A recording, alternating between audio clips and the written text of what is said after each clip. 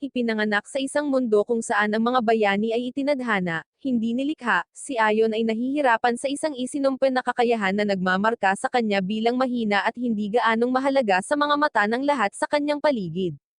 Tinanggihan at hinamak ng lipunan, hindi inaasahang nabigyan siya ng isang pambihirang pangalawang pagkakataon sa buhay, at sa pagkakataong ito, determinado si Ayon na tahakin ang landas ng pagtubo, determinadong patunayan na kahit ang isang tulad niya ay maaaring umangat sa hanay ng isang tunay na bayani. Nagsisimula ang kwentong ito sa isang nasugatan at nalulumbay na Ayon, na nakatayo sa gilid ng bangin, sinisisi ang sarili sa pagiging masyadong mahina. Nakahanap siya ng kayganhawahan sa pagkaalam na ito na ang wakas. Tumalon si Ayon sa bangin, nagtatanong kung nagkaroon ba ng kahulugan ang kanyang buhay. Habang ang hangin ay humahampas sa kanya, siya ay nagmumuni-muni sa kanyang mga kabiguan, nananaghoy kung paanong hindi niya nagawang gawin ang anuman. Sa kanyang mga huling sandali, iniisip niya ang malupit na paraan ng pagtrato sa kanya, kumbinsido na ang kanyang buhay ang pinakamasama. Itinuring siya ng mga tao bilang walang iba kundi basura, at ngayon ay masasawi siya gaya ng lagi nilang iniisip sa kanya, parang basura. Ilang sandali pa, nakakita kami ng isang mandirigma na nakikipaglaban sa isang dambuhalang daga. Mahusay siyang lumaban, ngunit naiinip siya habang tumatagal ang kanyang mage partner sa pagkumpleto ng isang incantation. Ngunit nang sa wakas ay naghagis siya ng bowl ang apoy, pinawi nito ang halimaw sa isang nagninangas na pagpapakita. Nang matapos ang laban, masiglang tinawag ng mandirigma ang trash speaker ng kanilang team, na si Ayon pala. Sinusubukang panatilihin ang ilang dignidad, iginiit ni Ayon na ang kanyang pangalan ay hindi tagakuha ng basura, ngunit siya ay naglalakbay, na kumukuha ng panunuya mula sa kanyang mga kasamahan sa koponan. Ang mage ay nanunuya na dapat siyang kawan dahil hindi siya mataas na karaniwang uri tulad nila, at sa halip, malupit niyang binansagan siya bilang mababang karaniwang basura. Humingi ng paumanhin si Ayon sa pagkatisod, sinisisi ang kargada na kanyang dinadala, ngunit sinagot siya ni Xandro, ang mandirigma, upang magmadali at tasahin ang hayop. Sa mundong ito, ang trabaho ni Ayon ay ang mababang karaniwang appraiser, isang posisyon sa pinakailalim ng hierarchy ng lipunan. Dito, ang Diyosa ng Liwanag ay nagtatalaga ng mga trabaho sa pagsilang, habang ang Diyosa ng Kadiliman ay nagbibigay ng mga kasanayan. Ang mga kasanayan ay maaaring maasa sa pamamagitan ng pagsasanay, ngunit ang mga trabaho ay minamana at hindi nababago, na ipinasa sa mga pamilya sa mga henerasyon. Ang mga trabaho ay nahahati sa tatlong baitang, sa itaas ay ang bihirang baitang, na nakalaan para sa mga natatanging mahuhusay na individual tulad ng mga strategist ng militar at mayayamang mangangalakal. Ang gitnang baitang, na napakakaraniwan, ay kinabibilangan ng mga mandirigma tulad ng mga swordsman at salamangkero, pati na rin ang mga taong tulad ng mga kasamahan ni Ayon na sina Xandro at Jolina. Sa ibaba ay matatagpuan ang mababang karaniwang antas na binubuo ng mga magsasaka, manggagawa, at mga appraiser na itinuturing na hindi karapat-dapat para sa labanan. Karaniwang namamana ng mga bata ang mga trabaho ng kanilang mga magulang, ngunit maagang nawalan ng mga magulang si Ayon at hindi niya masundan ang kanilang mga yapak. Kaya't nang walang ibang pamilya na ipagpapatuloy pinili niyang maging isang adventurer, nangangarap ng kayamanan at tagumpay. Gayunpaman, dinurog ng katotohanan ang mga pangarap na iyon, na iniwan siyang natigil sa isang papel na walang rumerespeto. Gamit ang kanyang kakayahan sa pagtatasa, sinuri ni Ayon ang higanteng daga, nalaman na mayroon itong F rating para sa rarity, ang pinakamababang posibleng ranggo. Gayunpaman, ang mga pangil nito ay may markang D, na ginagawa itong bahagyang mas mahalaga. Nagpupumilit na bunutin ang ngipin, humingi ng tulong si Ayon kay Xandro. Nainsulto sa mismong ideya, idineklara ni Xandro na hindi siya kailanman hahawak ng maruming daga, at nagsalita si Jolina upang paalalahanan si Ayon na ang pagharap sa basura ay trabaho ng tagakuha ng basura. Lalong naiirita si Xandro kay Ayon, binato siya ng bato nang maglakas loob siyang lumingon pabalik. Namuo ang pagkadismaya habang sinisipa ni Xandro si Ayon sa lupa, na iginiit ang kanyang pangingibabaw. Pagkatapos ay pinagsabihan ni Jolina si Ayon, na sinasabing mas dapat siyang magpasalamat dahil sila ang nagpoprotekta sa kanya. Naiwan na walang pagpipilian, nilunok ni Ayon ang kanyang pagmamataas at humingi ng paumanhin, alam na walang patas sa mundong ito. Habang patuloy na sinusuri ni Ayon ang daga, walang humpay na kinukutsa siya ng kanyang mga kasamahan sa koponan. Si Jolina ay nanunuya sa kasuklam-suklam na gawain, hindi may tago ang kanyang paghamak habang si Ayon ay umabot sa bibig ng daga gamit ang kanyang kutsilyo. Maaari lamang sumang-ayon si Ayon sa kanila, alam na ang kanyang tanging halaga ay nakasalalay sa pag-ukit ng mga materyales mula sa mga halimaw, at ito ay isang trabaho na hindi mas maganda kaysa sa paghuhukay sa basura. Si Zandro, na hindi nawawalan ng pagkakataon na maliitin siya, ay nanunuya na si Ayon ay nasa partido lamang nila dahil tumangging dumihan ni Zandro ang kanyang magic bag ng mga kasuklam-suklam na bahagi ng halimaw. Tinutuya siya ng lalaki, tinawag siyang trash picker boy at inutusan siyang magmadali para makausad na sila. Walang kapangyarihang lumaban, tiniis ni Ayon ang kahihiyan dahil kailangan ito ng kaligtasan. Para sa isang tulad niya, ang pagpili sa karumihan ay ang tanging daan upang manatiling buhay. Hindi nagtagal, nakita ni Zandro ang bangkay ng isang hellhound at halos hindi mapigilan ang kanyang pananabik. Walang pag-aaksaya ng oras, pinapunta niya si Ayon upang anihin ang mga bahagi nito, ngunit nag-alinlangan si Ayon dahil sinabi ng guild intel na ang mga hellhounds ay hindi dapat nasa dungeon na ito. Ngunit si Zandro, gaya ng nakagawian, ay tinanggihan ang mga alalahanin ni Ayon, sinabihan siya na huminto sa pag-iisip at magsimulang magtrabaho. Pagkatapos ay nagsimulang magtawanan ang dalawa at nag-iisip kung magkano ang kikitain nila mula sa loot. Pagkatapos ay nag-aatubili na tinasa ni Ayon ang hellhound, natuklasan na ang mga bahagi nito ay may a rarity at sinimulan itong lansagin. Ngunit bago siya makatapos, si Zandro ay nakakita ng isa pang hellhound sa malapit at tuwang-tuwang hinihiling kay Ayon na trabahoin din iyon. Sa pagkakataong ito, nanigas si Ayon sa takot dahil ang kanyang instincts ay nagsasabi sa kanya na may isang kakilakilabot na mali. Ayon sa guild map, iisang corridor lang dapat dito, pero sinasalungat ito ng realidad. Ngunit hindi siya pinansin ni Zandro na sinasabing ang mapa ay dapat na hindi tama. Iginiit ni Ayon na ito ay isang masamang tanda, at hinihimok niya ang grupo na umalis, ngunit binaliwala ito ni Zandro, sinabihan siyang umalis kung siya ay natatakot. Pagod na sa kanyang pagkatakot, binyantaan ni Zandro na tatanggalin kaagad si Ayon at itataas ang mga stake sa pamamagitan ng pagdedeklara na kung hindi susundin ni Ayon ang mga utos, hindi niya ito babayaran para sa trabahong nagawa na niya. Sinabi niya kay Ayon na ito na ang huling pagkakataon niya para magbago ang isip. Nakulong sa isang sitwasyong walang panalo, walang pagpipilian si Ayon kundi sumunod dahil ang kanyang mababang antas ng trabaho ay ginagawa siyang hindi kanais-nais na kasamahan sa koponan. Ang paghahanap ng ibang partido na handang kunin siya ay halos imposible. At hanggat hinahamak niya sina Zandro at Jolina, ang manatili sa kanila ang tanging pagpipilian niya para mabuhay. Puno ng galit at pagkadismaya, muling nilamon ni Ayon ang kanyang pagmamataas, masakit na batid ang malupit na katotohanan na ang buhay para sa kanya ay hindi kailanman nagiging patas. Nang maglaon, tuwang-tuwa si Zandro nang makatagpo sila sa isang tumpok ng mga pinaslang na hellhounds.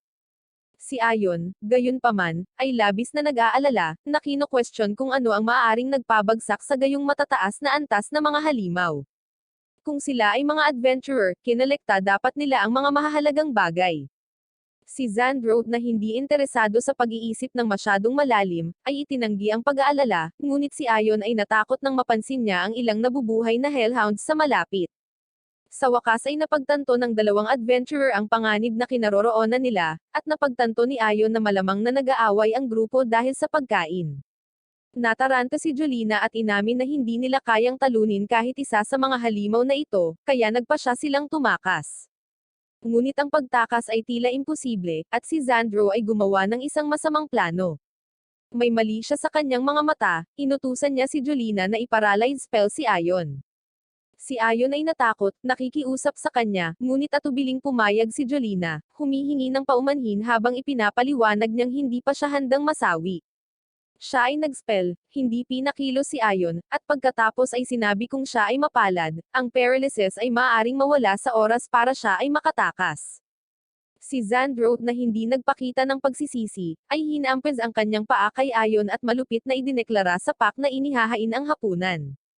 Kaya, si Ayon ay walang magawa at maaari lamang manood ng takot habang iniiwan nila siya. Ang kanyang mahinang paghingi ng tulong ay hindi nasagot, at ang pack ay lumusab, na inatake siya kaagad.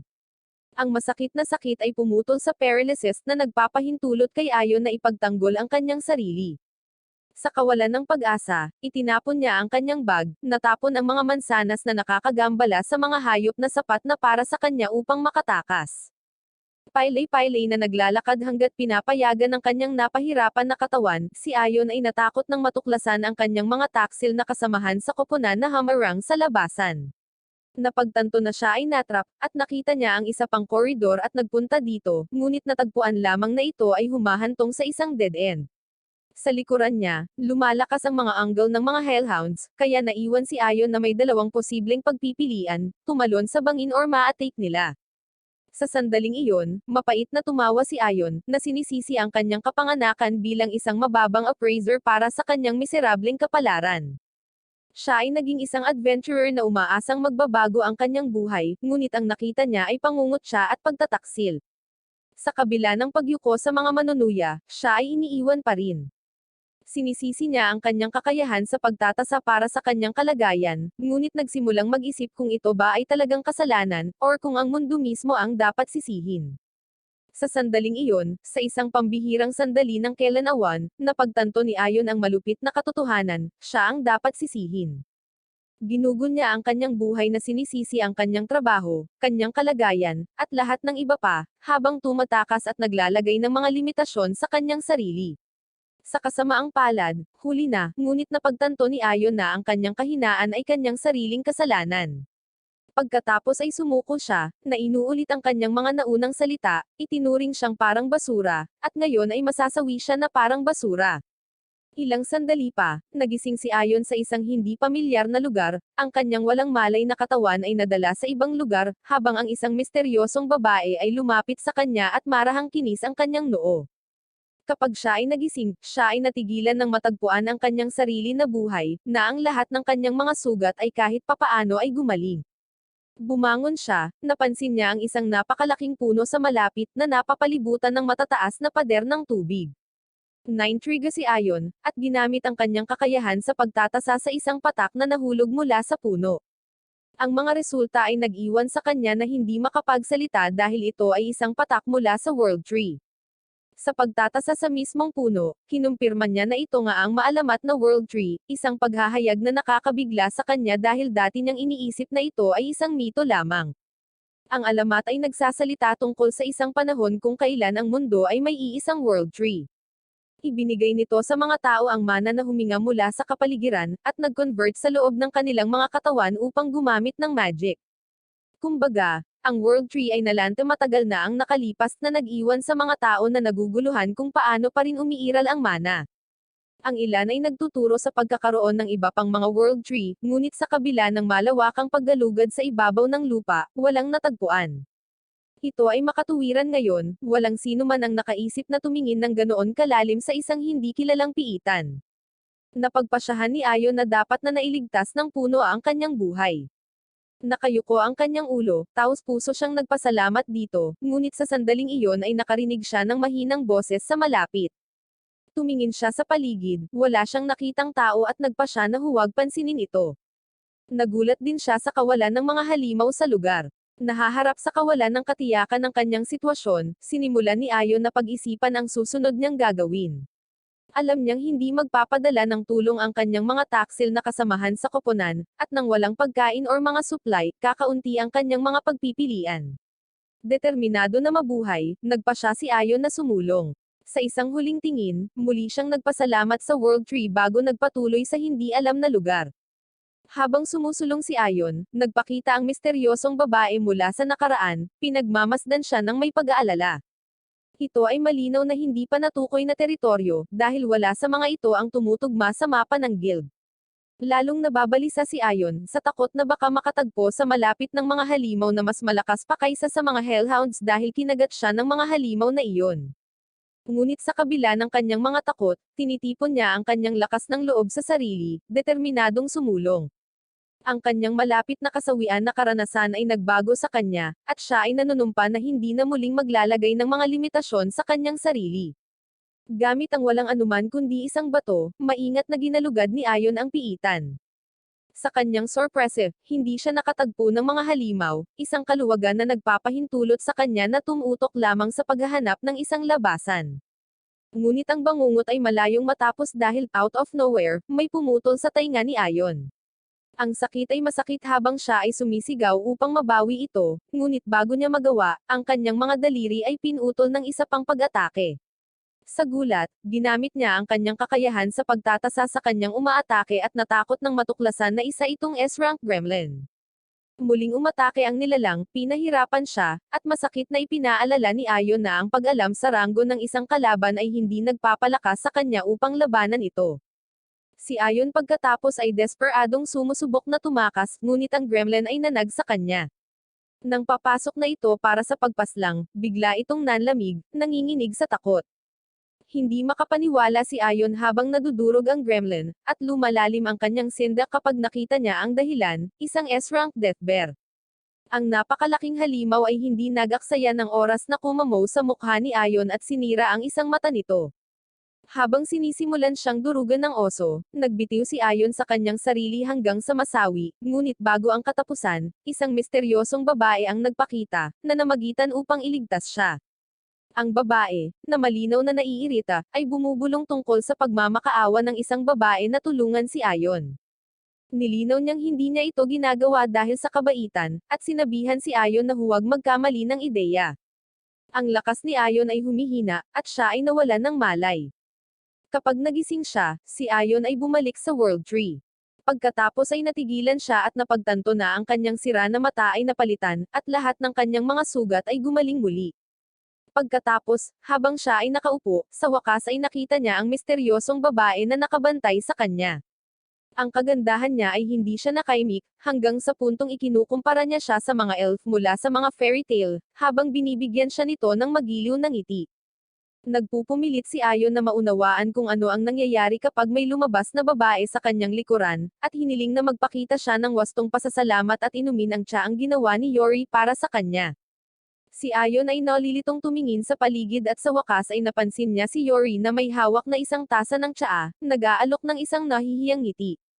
Nag-aalangan si Ayon, naghihinales sa kung ano ang maaaring laman ng tsaa, ngunit bago pa man siya makatutol pinilit ito ng babae, si Ursula, sa kanyang lalamunan.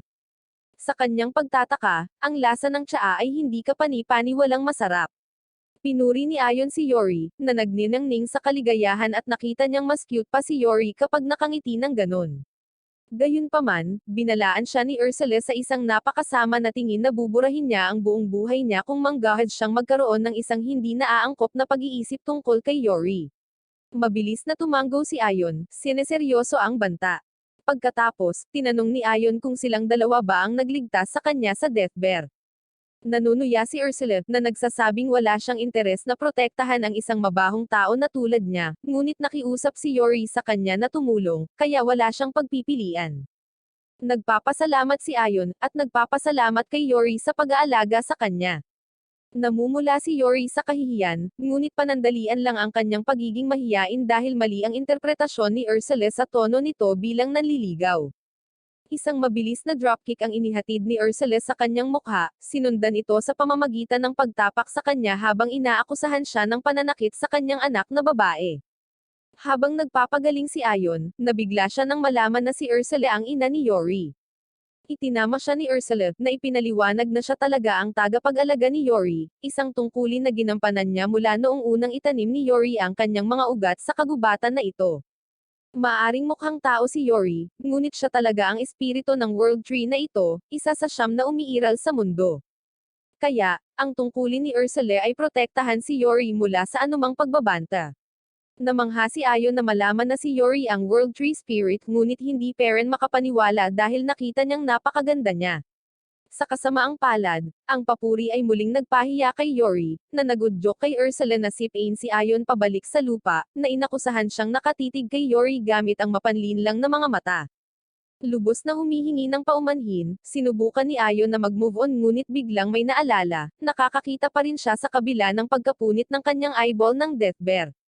Ipinaliwanag ni Ursula na pinagaling niya siya gamit ang mga patak ng World Tree, na may kahangahangang mga katangian ng pagpapagaling. Gayunpaman, kahit na ang mga patak ay hindi maaaring muling buuin ang kanyang durog na eyeball. Sa halip, walang pag-iimbot na nag-alok si Yori ng isang bahagi ng World Tree upang lumikha ng bagong mata para kay Ayon, na nagpapahintulot sa kanya na makakita muli. Ipinahayag muli ni Ayon ang kanyang malalim na pasasalamat, ngunit mas higit sa kanya ang pag-usisa. Tinanong niya si Yori kung bakit nag-aalala ito sa kanya gayong hindi pa sila magkakilala.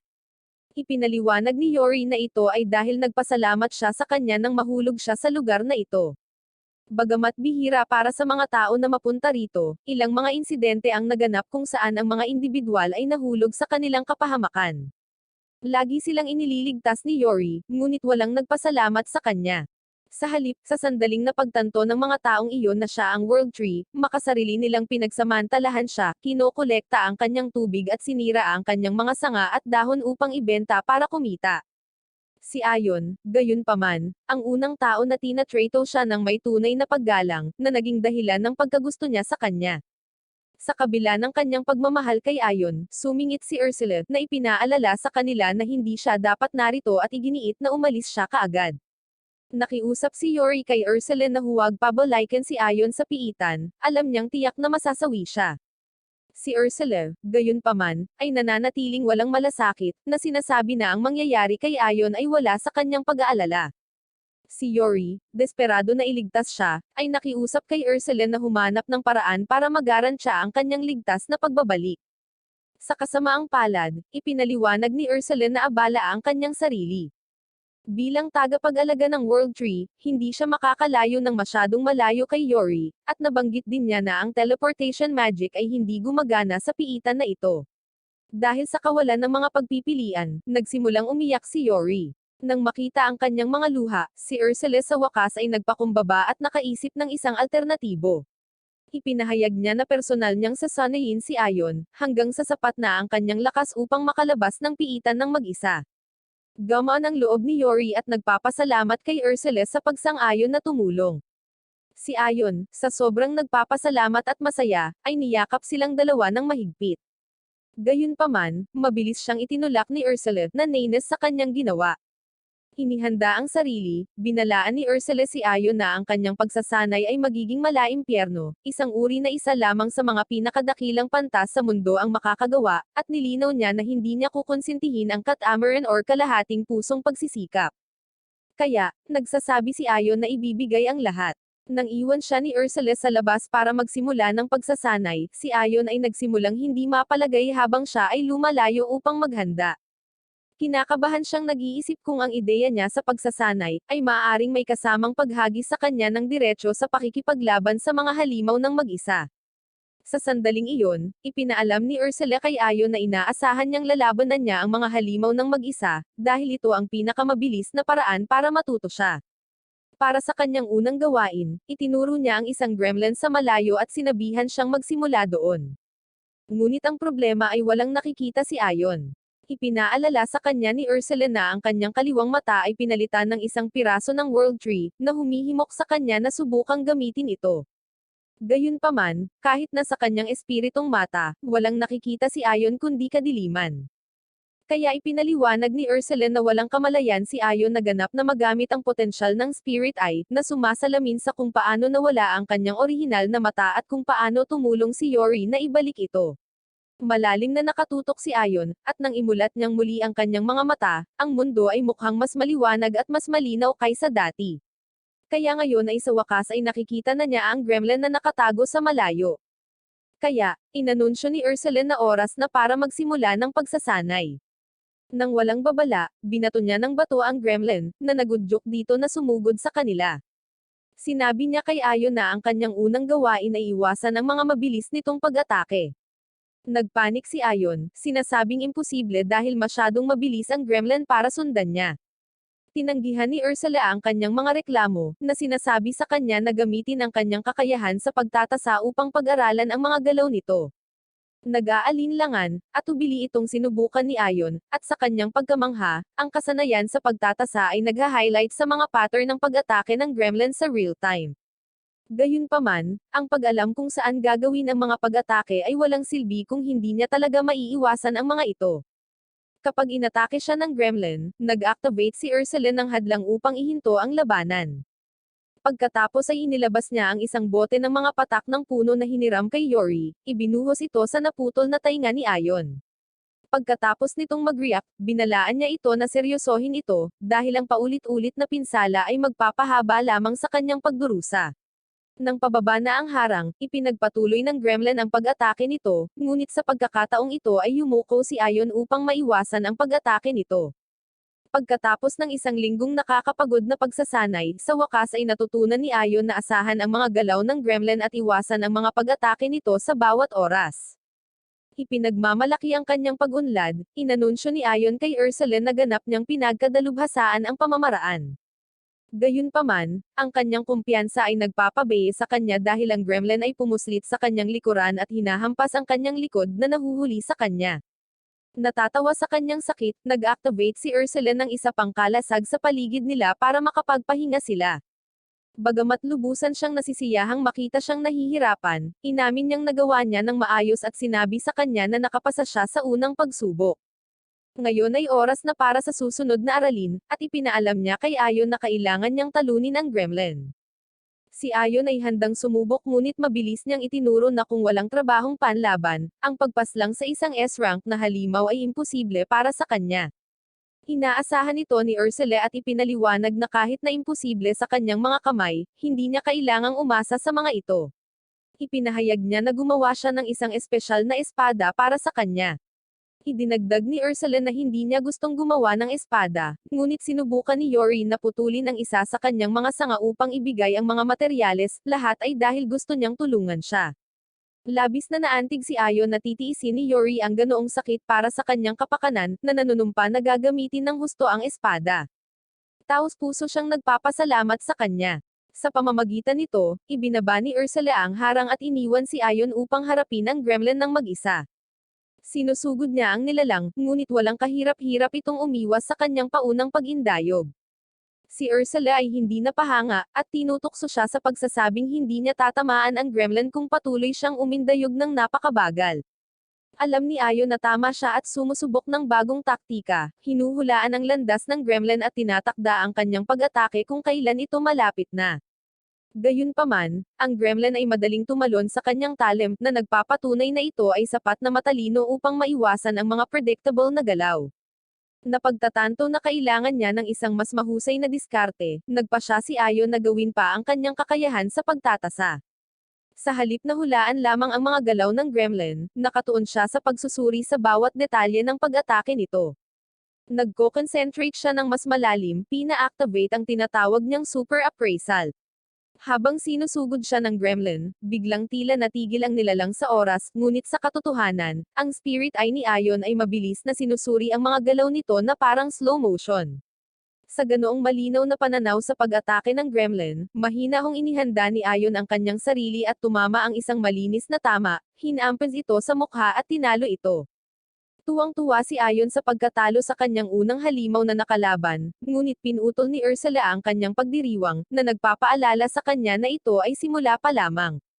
Para sa susunod na yugto ng pagsasanay, gagawin ni Ursula si Ayon na talunin ang higit sa 100 ng mga gremlin. Tiwala si Ayon pagkatapos ng kanyang tagumpay, kaya agad siyang pumasok sa trabaho. Pagkatapos ng ilang nakakapagod na oras ng pakikipaglaban, sa wakas ay natapos na ni Ayon na ibagsak ang lahat ng mga gremlin. Dahil sa pagod ngunit mapagmataas, lumingon siya kay Ursula, umaasa sa nararapat na papuri. Gayunpaman, binabalewala niya ang kanyang tagumpay, na sinasabi na ang antas ng pagganap na ito ay dapat na normal para sa isang taong maaaring gamitin ang kapangyarihan ng isang world tree. Gayunpaman, kinikilala niya ang kanyang tuloy-tuloy na pag-unlad at nagpa siya na handa na siya para sa susunod na hakbang. Pagkatapos ay inutusan ni Ursula si Ayon na suriin ang kakayahan ng gremlin at gawin itong kanyang sarili. Nalilito si Ayon at nagprotesta na ang pagtatasa ay nagbibigay lamang ng impormasyon tungkol sa mga kasanayan, at hindi siya pinapayagang matutunan ang mga ito. Ipinaliwanag ni Ursula na ang mga tao ay karaniwang natututo ng mga kasanayan sa pamamagitan ng patuloy na pagsasanay, ngunit sa kanyang spirit eye, si Ayon ay dapat na makita hindi lamang ang impormasyon, kundi pati na rin ang karanasan na nakatali sa kasanayan. Ito ay nagpapahintulot sa kanya na agad na makuha ito.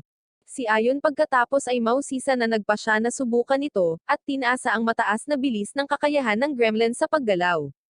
Sa sandaling gawin niya, ang isang napakalaking sakit ng ulo ay pumasok sa kanya habang ang napakalaking dami ng impormasyon ay bumabaha sa kanyang isipan. Napaluhod siya sa sakit, nagpupumilit siyang tiisin ng sobrang karga ngunit nang tuluyang hamupa ang sakit ng ulo, napagtanto niya na matagumpay niyang nakuha ang kasanayan ng gremlin. Hindi siya makapaniwala na mabilis niyang natutunan ang kasanayan. Upang subukan ito, tumakbo si Ayon sa dungeon hall na namangha sa kung gaano siya kabilis gumalaw kaysa dati.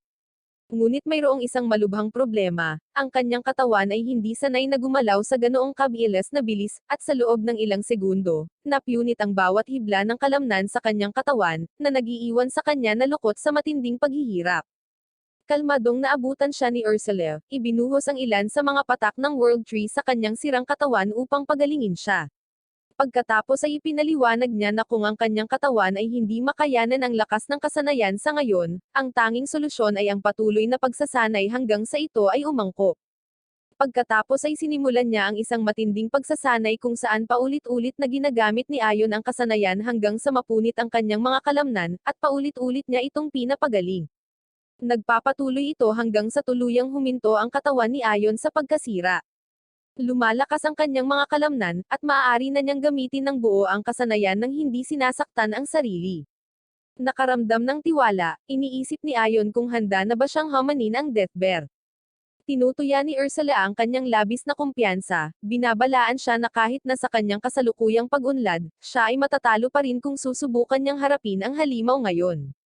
Pagkatapos ay itinuro niya na habang bumuti ang bilis at liksi ni Ayon, kulang pa rin siya sa lakas ng pag-atake na kailangan para makalaban ng mas malalakas na kalaban. Kaya para malunasan ito, nag-aalok siya sa kanya ng pagkakataong kopyahin ang isa sa sarili niyang kakayahan. Nasa sabik si Ayon at sabik na nagtanong kung ano ang kanyang kakayahan. Tumugon si Ursula sa pamamagitan ng casual na pag-atake sa kanya ng bowl ang apoy. Ipinaliwanag niya na ang kanyang kakayahan, Discard Enchant, ay nagbibigay daan sa kanya na mag-cast ng magic nang hindi nangangailangan ng isang enchantment. Agad namang humanga si Ayon, sa pag-aakalang ito ay isang napakalakas na kasanayan. Sabik siyang matutunan ito, ngunit idinagdag ni Ursula ang isang kondisyon, dapat niyang suriin ang kakayahan habang iniiwasan ang isa sa kanyang mga bowl ang apoy dahil nakakatuwa ito. Pagkatapos, habang nagpapaputok si Ursula ng isa pang bowl ang apoy, tinataya ni Ayon ang kanyang pag-atake sa kalagitnaan ng paglansad nito, matagumpay na nakuha ang kakayahang Discard Enchant. Gayunpaman, nabigo siyang umiwas sa oras at nataman siya ng bowl ang apoy, na bumagsak sa matinding paghihirap. Muli siyang pinagaling ni Ursula, at nagsimulang magsanay si Ayon sa paghahagis ng mahika ng walang mga inkantasyon. Dahil walang magic-oriented na klase si Ayon, ang kanyang mana reserves ay kaawa-awang mababa, at nauubos niya ang kanyang enerhiya pagkatapos lamang ng ilang spell.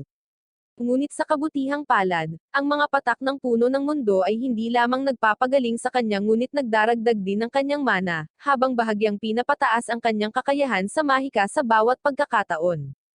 Gayunpaman, ang pagmaster ng pamamaraan ay mangangailangan pa rin ng maraming pagsasanay. Pagkatapos ng 2 linggo ng mahigpit na pagsasanay, sa wakas ay nakamit ni Ayon ang isang pambihirang tagumpay. Nagiging may kakayahang mag-cast siya ng mid-level magic, at nakakapaglabas pa ng mahigit 1,000 fireballs ng sabay-sabay. Sa kanyang pinahusay na kakayahan sa pagtatasa, mga bagong kasanayan, at hilaw na kapangyarihan, nagpa siya si Ursula na sa wakas ay handa na si Ayon na harapin ang isa pang Death Bear. Habang naghahanda si Ayon na harapin ang halimaw, nakaramdam siya ng kaba sa laban, ngunit tiniyak siya ni Ursula, at sinabing kung ilalapat niya ang lahat ng kanyang natutunan, ang labanan ay mapapamahalaan.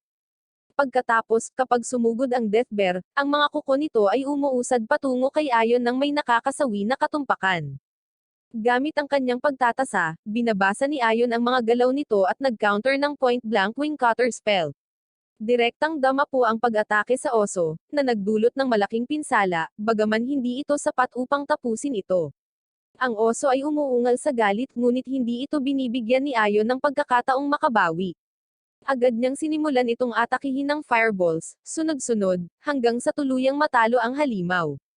Habang siya ay nakatayo sa ibabaw ng natalo na halimaw, si Ayon ay nabigla sa kung gaano kadali ang labanan, at sa isang sandali, iniisip niya kung ang Death Bear ay palaging mahina. Ngunit ang katotohanan ay si Ayon ay naging napakalakas.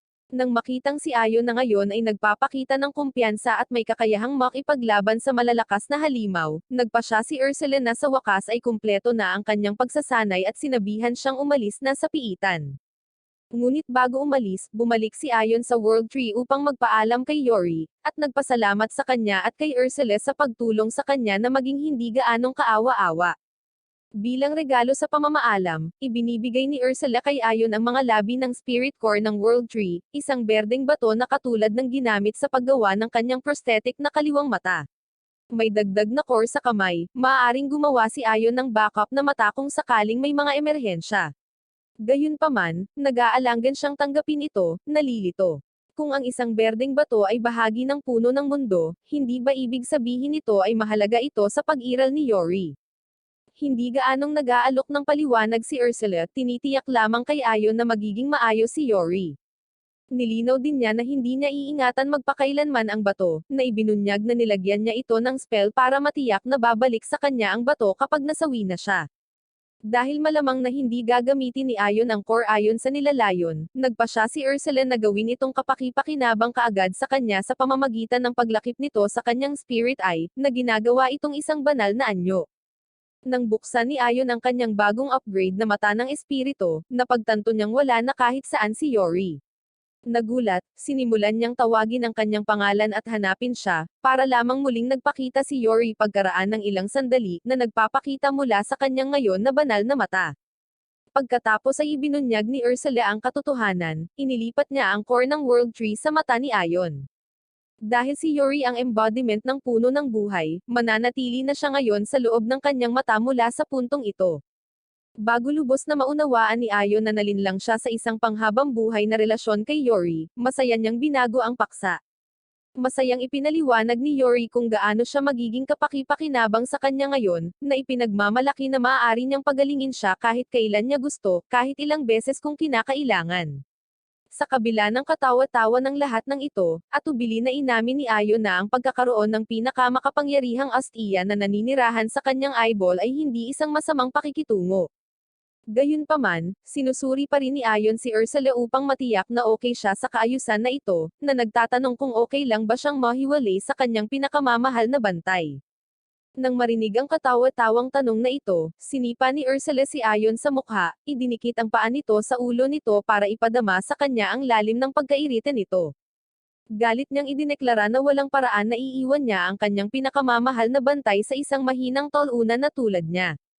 Ang tanging dahilan kung bakit niya pinapayagan si Yori na pumunta ay dahil mula nang ipanganak si Yori, siya ay malungkot na tigil sa isang lugar, at hindi kailanman nagkaroon ng pagkakataong makipagkaibigan. Dahil siya ang responsableng bantay, gusto ni Ursula na maranasan ni Yori ang mundo sa pamamagitan ng mga mata ni Ayon at mamuhay ng kabataan na hindi niya kailanman naranasan. Si Ayon, sa buong sinseridad na maaari niyang makuha, ay nangangako na aalagaan niyang mabuti si Yori at sisiguraduhing masaya ito. Dahil doon, nagmamakaawa si Ursula na nag-aalok kay Ayon ng isang tunay na regalo sa paghihiwalay. Naglagay siya ng crest sa kanyang kanang kamay, na nagbibigay sa kanya ng kakayahang mag-imbak ng walang katapusang bilang ng mga bagay sa isang special na dimensyon. Hindi pa tapos, nagpa siyang bigyan siya ng spirit sword ngunit hindi bago siya tinusok sa kabilang mata niya para mailabas ang matagal niyang inis. Habang ginagamot ni Yori ang kanyang pinsala, biglang itinusok ni Ursula ang isang gintong bato sa kanyang bibig. Ang bato, na kilala bilang Sage Stone, ay nag-uugnay sa kanyang kamalayan sa kanyang pangalawang mata. Tinitiyak nito na si Ursula ay palaging nanonood, handang manggulo sa kanya or makialam kung ang mga bagay ay maging masyadong kainahinala sa pagitan nila ni Yori. Hindi ito eksaktong kalaya ang inaasam ni Ayon, ngunit hindi bababa sa hindi siya ganap na mag-isa ngayon. Kumpleto sa kagamitan, nakadama si Ayon ng matinding pasasalamat kay Yori at nangakong babayaran siya sa lahat ng nagawa niya para sa kanya. Bilang tugon, ibinunyag ni Yori ang kanyang hiling, gusto niya ng tulong nito na mahanap ang kanyang mga kapatid na babae, na nakakalat sa buong kontinente at iba pang mga piitan, na nakatago bilang mga puno ng buhay na walang malinaw na layunin sa buhay. Bago gawin ni Ayon ang misyon na ito, handang maglakbay sa mundo at muling pagsamahin si Yori sa kanyang pamilya, sa wakas, bumalik si Ayon sa piitan. Sa pamamagitan ni Ursula, ang hindi gustong komentarista na nagsasalita sa kanyang tainga, siya ay nagsanay sa pamamagitan ng mga S-rank na halimaw ng madali, na para bang si Ayon ay hindi pa masyadong malakas. Pagkatapos, sinimulan ni Ursula ang malayo ang pagkontrol sa kanyang kakayahan sa pagtatasa, gamit ito para nakawin ang mga kasanayan ng mga S-rank na halimaw na kanyang tinatalo. Karaniwan, ang gayong matinding pagtatasa ay nag-iiwan kay Ayon ng masakit na post-skill headache, ngunit kapag si Yori ang manggagamot ay palaging nasa tabi niya, hindi na niya kailangang tiisin ang sakit. Kaya lalong nagpapasalamat si Ayon sa kanyang bagong partner. Pagkaraan ng ilang sandali, dumating si Ayon sa pintuan patungo sa silid ng huling boss, ang isang hamon na dapat niyang tapusin upang makatakas sa piitan. Ipinaliwanag ni Ursula na pinoprotektahan ng boss ng piitan ang core ng piitan, at ang pagsira sa core ay magbubukas sa labasan. Bagamat nag-aalangan, tinanggap ni Ayon ang hamon, na pinasigla ng walang patid na suporta at pagpapala ni Yori. Pagbukas ng pinto, humakbang si Ayon papasok sa silid, napapansin lamang ang kumikinang na berdeng core ng piitan sa di kalayuan. Habang papalapit siya rito, nag-activate ang isang magic circle na nagpapatawag sa boss ng piitan, isang napakalaking mabatong halimaw na mukhang mas katawa-tawa kaysa sa pagbabante dahil sa awkward na disenyo nito. Kasunod ng mga utos ni Ursula, pinagtibay ni Ayon ang kanyang sarili habang sumusuntok ang boss monster, na tinitiis ang suntok na may nagngangalit na mga ngipin. Gamit ang isang ninakaw na kasanayan, nilusaw niya ang kamay ng boss monster, ngunit lalo lamang itong nagiging agresibo, naghahadyas ng ligaw na suntok habang tumitindi ang laban. Nang makitang lumalala ang sitwasyon, sinabi ni Ursula kay Ayon na oras na para gamitin ang ultimate magic technique na itinuro niya sa kanya. Binalaan niya siya na mayroon lamang siyang sapat na kapangyarihan upang magamit ito ng isang beses bago bumagsak, ngunit tiniyak sa kanya na pagagalingan siya ni Yori pagkatapos. Kinokolekta ni Ayon ang kanyang enerhiya, na bumubuo ng isang kumikinang na globo ng liwanag sa itaas ng ulo ng boss monster. Buong lakas, ibinato niya ang orb pababa na parang bulalakaw, na tinamaan ang boss monster ng isang maapoy na pagsabog na walang iniwan kundi ang nasusunog na mga durog na bato sa lugar nito. Nang matalo ang boss monster, pinaalalahanan ni Ursula si Ayon na suriin ang mga labi ng golem at ang core ng piitan. Habang sinusuri ni Ayon ang core, biglang nagpakita si Ursula, na nagpapaalala sa kanya na ang kanyang spirit eye, na pinapagana ng World Tree, ay higit pa sa isang simpleng tool sa pagtatasa. Ilang sandali pa, lumabas si Yori, sumama sa kanila upang humanga sa kristal. Pagkatapos ay ibinunyag ni Ursula na ang core ng piitan ay maaaring talagang mapahusay ang mata ni Ayon, na labis na ikinagulat niya at nanabik. Nang tanungin ni Ursula kung gusto niya ang pagpapahusay, si Ayon ay sabik na sumang-ayon ng walang pag-aalinlangan. Inilipat ni Ursula ang core ng piitan sa spirit eye ni Ayon, na naging dahilan upang mag-evolve ito sa ikalawang antas. Tuwang-tuwa, namangha si Ayon sa kanyang na-upgrade na kapangyarihan. Nang makita ang kanyang sigasig, pinayuhan siya ni Ursula na patuloy na manghuli ng mga boss ng piitan at i-absorb ang kanilang mga core upang patuloy na palakasin ang kanyang mata, at i-unlock ang buong potensyal nito. Pagkatapos nito, lahat sila ay umalis sa piitan. Paglabas nila ay sumara ang pinto sa likuran nila.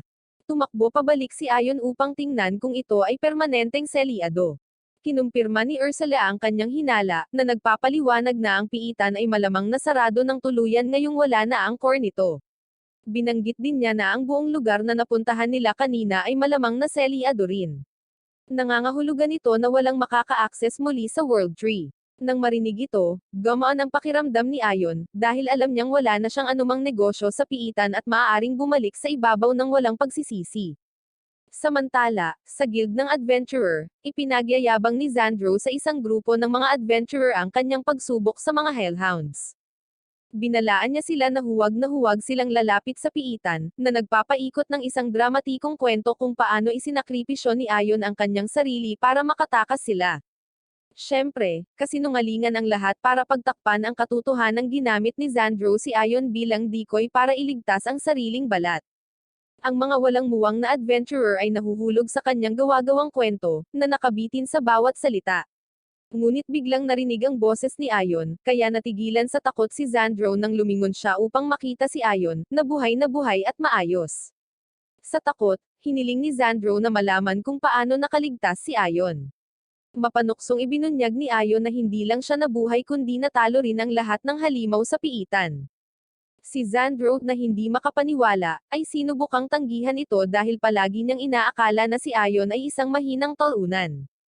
Nang mapanood ang reaksyon ni Xandro, nagsimulang magduda ang iba pang mga adventurer sa kanyang naunang kwento, kaya hindi nagaksaya si Ayon ng oras na ilantad ang katotohanan. Sinabi niya sa lahat kung paano siya naparalisa ni Xandro, at iniwan siya bilang pagkain para sa mga hellhounds. Galit na binalingan ng mga adventurer si Xandro, tinutuya siya ng walang kabuluhan para sa kanyang pagkakanulo. Nang malapit na nilang tapusin siya, pumasok si Ayon at pinigilan sila. Sa halip na magtanim ng sama ng loob, pinasalamatan niya si Xandro na nagsasabi na ang pag-iiwan ay nagpapahintulot sa kanya na makilala sina Yori at Ursulet na nagbago ng kanyang buhay. Dahil doon, lumabas si Ayon sa guild na ikinatulala ng lahat. Namangha ang mga adventurer, na namamangha sa bagong kabayanihang bersyon na ito ni Ayon na hindi nila inakala na umiiral. Nang maglaon, patuloy na ginalugad ni Ayon ang mga piitan at nakikipaglaban sa mga halimaw kasama sina Yori at Ursulet na higit na nagbabago sa kanyang mga kapangyarihan sa bawat tagumpay. Sa bawat dungeon core na inililipat ni Ursulet sa kanyang espiritong mata, nararamdaman niya ang kanyang sarili na lumalakas. Pagkatapos, isang araw, habang naglalakbay sa kakahuyan, nakarinig sila ng mga hiyawan sa di kalayuan. Nagmamadali patungo sa ingay, nakakita sila ng karwahe na inaatake ng mga halimaw. Kaya't mabilis na dinaig ni Ayon ang mga nilalang, habang pinagaling ni Yori at Ursula ang mga sugatang gwardya. Sa kabilang banda, nilapitan ni Ayon ang dalawang natatakot na tao sa gilid at tinitingnan kung nasaktan sila. Ang babae, na humarap sa kanya, ay na-fall ng husto para kay Ayon sa unang tingin at agad na iniyakap ang sarili sa kanya, na tinawag siyang kanyang bayani. Naging awkward ito para kay Ayon at humingi ng tulong sa lalaking kasama niya, sa pag-aakalang kapatid niya ito. Gayunpaman, ipinakilala ng lalaki ang kanyang sarili bilang si Jero, ang pinuno ng Merchant Guild. Sa gulat ni Ayon, ang babae pala ay si Prinsesa Claudine ng bansa. Pinipilit ni Claudine na dalhin sila sa kanyang mansyon para pasalamatan sila ng maayos sa pagliligtas sa kanyang buhay. Bagamat nararamdaman ni Ayon na dapat mapunta kay Yori at Ursula ang kredito para sa pagpapagaling sa mga gwardya, sinisigurado ni Claudine na pasalamatan din sila. Pagkatapos nito, ibinaba niya ang mga formalidad na humihiling sa kanila na tawagan na lang siyang Claudine. Nang maayos na iyon, sinubukan niyang tumalon muli kay Ayon, ngunit pumasok si Yori, hinaranggan ang kanyang pagsulong. Nang magtanong si Claudine, atubili na idineklara ni Yori na asawa niya si Ayon. Si Ayon, ganap na nakabulagta, ay nagtataka kung kailan eksaktong nangyari itong tinatawag na kasal. Na parang hindi na magiging kakaiba ang mga bagay-bagay, casual na sinabi ni Claudine na wala siyang pakialam sa pagiging pangalawang asawa niya. Habang nagtatalo sina Yori at Claudine kung sino ang kukuha kay Ayon, sumabad si Jero at humiling na magkaroon ng pribadong talakayan sa kanya. Pero ang sumunod na sinabi ni Jero ay nagpahina lang kay Ayon dahil nag-propose din siya ng kasal kay Ayon. Pagkatapos ay nagsimula si Jero sa pamamagitan ng pagbubunyag na siya ay isang miyembro ng Silver Phoenix Trading Company, isa sa mga pinakatanyag sa kaharian. Pagkatapos ay dinala niya si Ayon sa isang underground storage room na puno ng iba't ibang mga bihirang hiyas at gemstones na nakolekta ni Jero sa mga nakaraang taon. Kinikilala niya na ang kaliwang mata ni Ayon ay isang spirit core, at nagpapatuloy sa pagbabahagi ng isang hindi pangkaraniwang kwento tungkol sa kung bakit siya naghahanap ng isa. Ayon kay Jero, ang World Tree ay minsang umalis sa ibabaw at naging isang lihim na core na ginamit upang selyuhan ang Demon King. Malinaw na nahuhumaling si Jero sa kwentong ito, kaya sa isang kakaibang twist, hiniling niyang muli si Ayon na pakasalan siya para tuluyan siyang maaninag sa spirit core ay ni Ayon. Ang kanyang kakaibang pagkahumaling sa core ay nag-iiwan kay Ayon na lubusang mabalisa. Pagkatapos ay nakakagulat na pinayuhan ni Ursula si Ayon na gawin ang kahilingan ni Jero, upang magamit nila ang kanyang mga mapagkukunan upang mahanap ang mga nakatagong piitan. Bagamat may mga merito ang ideya ng pakikipagtambal kay Jero, ipinasya ni Ayon na magmungkahi ng isang pagkakaibigan. Kapag nagtanong si Ayon tungkol sa iba pang mga piitan, si Jero ay tila walang kaalam-alam sa simula ngunit nangako na malalaman nila ang mga ito sa lalong madaling panahon, na nag-iiwan kay Ayon na umaasa. Gayunpaman, ang pagiging stuck sa friend zone ay hindi sapat para sa sobrang sabik na si Jero, na malinaw na gusto ng higit pa. Ngunit bago pa maging awkward ang mga pangyayari, sina Yori, Claudine, at Ursula ay sumama sa kanila, bawat isa ay nag-aagawan para sa atensyon ni Ayon. Masakit na malinaw na ang lahat sa silid ay tila nagnanais ng isang piraso kay Ayon, na nagiiwan sa kanya na parehong nalulula at ganap na wala sa kanyang sarili. Ang eksena ay lumipat kay Ayon at ang kanyang grupo na dumating sa isang nakatagong piitan na sinabi sa kanila ni Jero, umaasang mahanap ang pamilya ni Yori sa loob. Medyo nag-aalala si Yori, ngunit tiniyak siya ni Ayon na sisiguraduhin niyang makikilala niya sila. Lumipat ang eksena kay Ayon sa loob ng piitan, kung saan nakatagpo niya ang tila dead end. Mabilis na ipinaalam sa kanya ni Ursula na hindi talaga ito isang dead end dahil may teleportation spell na ibinato sa mga dingding, na nagpapahintulot sa pagpasok sa totoong piitan. Sa pag-unawa dito, hinawakan ni Ayon ang mga dingding at agad na nag-teleport sa loob. Laking gulat niya nang matagpuan niya ang kanyang sarili sa tila isang masukal na gubat kaysa sa isang tradisyonal na piitan.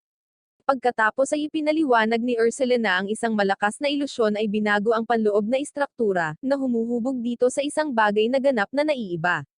Nang marinig ito, nagsimulang magtaka si Ayon kung may pananagutan ang isa sa mga kapatid na babae ni Yori. At bago pa siya makapag-isip, isang boses ang tumawag sa kanila. Ito ay kapatid ni Yori, pinangalanang Tina. Humakbang si Yori, nakilala ang boses at ipinakilala si Tina bilang kanyang maliikot na kapatid. Si Tina naman ay nagulat nang makitang nakipagtambalan si Yori sa mga tao. Tinanong ni Yori kung nasaan siya, at mapaglarong tumugon si Tina, na sinasabi sa kanya na maghihintay siya sa dulo ng piitan at hinahamon si Yori na hanapin siya. Si Ayon, nagulat sa kanyang saloobin, ay nagtanong kung bakit hindi niya basta-basta ay teleport ang mga ito sa kanya, kung isasaalang-alang na si Yori ay dumating sa lahat ng oras na ito. Gayunpaman, tumugon lamang si Tina na hindi niya magagawa iyon, ipinaliwanag na kakailanganin nilang maglakad sa buong paraan upang maabot siya. Kinikilala ni Ayon na makatuwiran ito dahil ang teleportation magic ay isang advanced na spell at mahirap gamitin.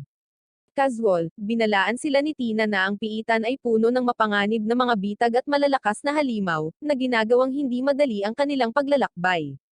Ngunit sa kabila nito, nananatiling determinado si Yori na sumulong. Gayunpaman, tinutokso siya ni Tina, na sinasabi na ang kanyang kasintahan ay malamang nagagawin ang lahat ng trabaho, na nagpapagulo kay Yori. Pagkatapos ay hiniling ni Ayon kay Yori na manatili sa loob niya para sa kaligtasan, alam ang mga panganib sa hinaharap. Si Tina ay hindi napahanga at inakusahan siya na sinusubukan lang niyang kumilos ng cool. Kumpiyansa niyang idineklara na hindi siya makakalagpas sa kanyang piitan, na sinasabing ang kanya ang pinakamahirap sa lahat ng nakatagong piitan. Gayunpaman, sumulong si Ayon ng walang pag-aalinlangan, tinitiyak sa kanya na hindi ito magiging problema. Pinagmamasdan siyang mabuti ni Tina, naghihinala sa kanyang tunay na intensyon tungkol sa kanyang kapatid, at nagpa siya na ilantad niya ang kanyang tunay na pagkatao bago ito matapos. Pinagmamasdan ng mabuti ni Tina si Ayon habang dumiretso sa isang hukay at ngumisi, iniisip na sa wakas ay mapapahiya siya nito sa harap ni Yori. Gayunpaman, bago siya pumasok, binalaan siya ni Ursula tungkol sa bitag, at walang kahirap-hirap siyang tumalon dito, na labis na ikinainis ni Tina. Hinihimok siya ni Ursula na sumulong at mabilis na i-clear ang piitan. Habang sumusulong sila, nakatagpo si Ayon ng maraming bitag na nakalagay, ngunit madali niyang iniiwasan ang bawat isa. Lalong nadidismaya si Tina, pinapanood siyang walang kahirap-hirap na nilampasan ang lahat ng mga hadlang na maingat niyang idinisenyo. Nang mapansin ni Yori ang pagkairita ng kanyang kapatid, casual na binanggit ni Yori na noon pa man ay nasisiyahan na si Tina sa paglikha ng mga bagay at paglilibang sa iba kasama nila. Si Ayon ay hindi napahanga, at sinabi na ang mga mapanganib na bitag na idinisenyo upang tumapos ng mga buhay ay hindi eksaktong nakakaaliw. Ngunit nanunuya si Tina, na sinasabi sa kanya na ang kanyang piitan ay hindi talaga pumapaslang ng sinuman dahil sa tuwing may masasawi, sila ay pinalalabas lamang. Pagkatapos ay ipinaalam niya sa kanya na may ilang malalakas na halimaw ang papunta sa kanyang daraanan, at binalaan siya na tumalikod maliban kung gusto niyang pahirapan siya ng buo, pero ayaw sumuko ni Ayon. Sa sandaling iyon, isang halimaw ang nagpakita sa kanyang harapan. Kinilala ito ni Ursula bilang isang S-rank na halimaw na may kakayahang gumawa ng mga buto ng lahat ng uri ng halaman. Ang halimaw ay agad na naglabas ng ulap ng sleep pollen, ngunit sa pagkabigla ni Tina, wala itong epekto kay Ayon. Ipinaliwanag niya na siya ay ganap na lumalaban sa sakit, ibig sabihin, ang mga epekto ng pampatulog ay walang silbi laban sa kanya. Galit na galit si Tina, tinatawag itong hindi patas, ngunit hindi nagaksaya ng oras si Ayon sa paggamit ng steel cutter kasama ng sobrang bilis. Hinihiwa niya ang nakakatakot halimaw sa isang iglap. Habang sinusuri niya ang mga kakayahan nito, bigla niyang naramdaman ang pag-atake ng hindi nakikitang kaaway. Binalaan siya ni Ursula na may umaatake mula sa mga anino, ngunit dahil ginagamit nito ang stealth skill nito, hindi niya ito nakikita. Hindi makapaniwalang nakatingin si Tina habang casual na nagsasalita si Ayon sa gitna ng labanan, hindi nasaktan sa kabila ng hindi nakikitang pag-atake ng kaaway. Hinihiling niyang malaman kung paano siya hindi nagkakaroon ng anumang pinsala, at walang pakialam na ibinunyag ni Ayon na mayroon siyang sorpresang pagpapawalang bisa sa pag-atake. Inakusahan siya ni Tina ng pagdaraya, ngunit patuloy niyang sinasabi na ang mga normal na pag-atake ay hindi rin umuubra sa kanya dahil sa kanyang hindi natitinag na fortress skill. Si Tina ay lampas sa pagkadismaya ngayon, iniisip na ang taong ito ay halos hindi magagapi. Ngunit nananatili siyang kumpiyansa na hindi makakaganti si Ayon sa kanyang mga silent ants hanggat nananatili sila sa stealth mode. Gayunpaman, mabilis na natukoy ni Ursula ang kanilang mga posisyon, at agad silang dinurog ni Ayon gamit ang gravity press. Pagkatapos ay tinataya pa niya ang kanilang mga kakayahan, na ikinagalit ni Tina dahil walang kahirap-hirap niyang dinadaig ang mga S-rank na halimaw. Masayang sinabi ni Ursula na ang pagkakaroon ni Yori sa kanyang tabi ay parang isang pandaraya, dahilan upang ibaling ni Tina ang kanyang galit sa kanyang nakatatandang kapatid. Ngunit sa kabila ng kanyang pagkadismaya, tumanggi siyang sumuko, determinadong patunayan ang kanyang sarili. Nagpadala siya ng mas malalakas na S-rank na halimaw sa kanya, ngunit muli, natalo silang lahat ni Ayon sa isang atake. Pagkatapos ay tinaasa ni Ursula ang kanilang mga kakayahan para sa kanya, at si Tina ay nagsimulang magtaka kung si Ayon ay talagang halimaw mismo. Sinasabi lang ni Ayon sa kanya na isa lang siyang normal na appraiser, ngunit hindi ito pinapaniwalaan ni Tina dahil wala namang normal sa kanya. Samantala, nakikita natin na nasa loob din ng parehong piitan si Xandro. Naalala niya kung paano siya napunta rito, na sinisisi ang kanyang kasalukuyang sitwasyon ng buo kay Ayon matapos ilantad ni Ayon ang kanyang tunay na ugali sa lahat. Bumalik si Xandro sa kanyang karaniwang bar, ngunit sa sandaling pumasok siya sa loob, itinuring siyang parang basura ng mga tao. Nakita niya si Julina at sinubukang kausapin, ngunit tumingin ito sa kanya nang walang anuman kundi naiinis. Hinarap ng mga kasama niya si Xandro, tinanong kung totoo bang naparalyze niya si Ayon at ginamit siya bilang decoy. Desperado, isiniwalat ni Xandro na si Julina talaga ang nagpa-paralyze spell. Gayunpaman, agad na ginamit ni Julina ang victim card na sinasabing pinilit siya ni Xandro na gawin ito. Nang marinig ito, ang buong bar ay lumingon kay Xandro, pinalayas siya at sinabihang huwag na siyang babalik. Nilinaw nilang walang sino man ang makikipagpartido sa kanya. Galit, naikuyom ni Xandro ang kanyang mga kamao, hindi makapaniwala sa nangyayari. Nalaman niya sa kanyang sarili na kahit sino sa kanyang posisyon ay gagawin ang parehong bagay, hindi niya ito kasalanan at si Ayon ang problema. Kung nasawi lang sana si Ayon noon, wala sanang nangyaring ganito.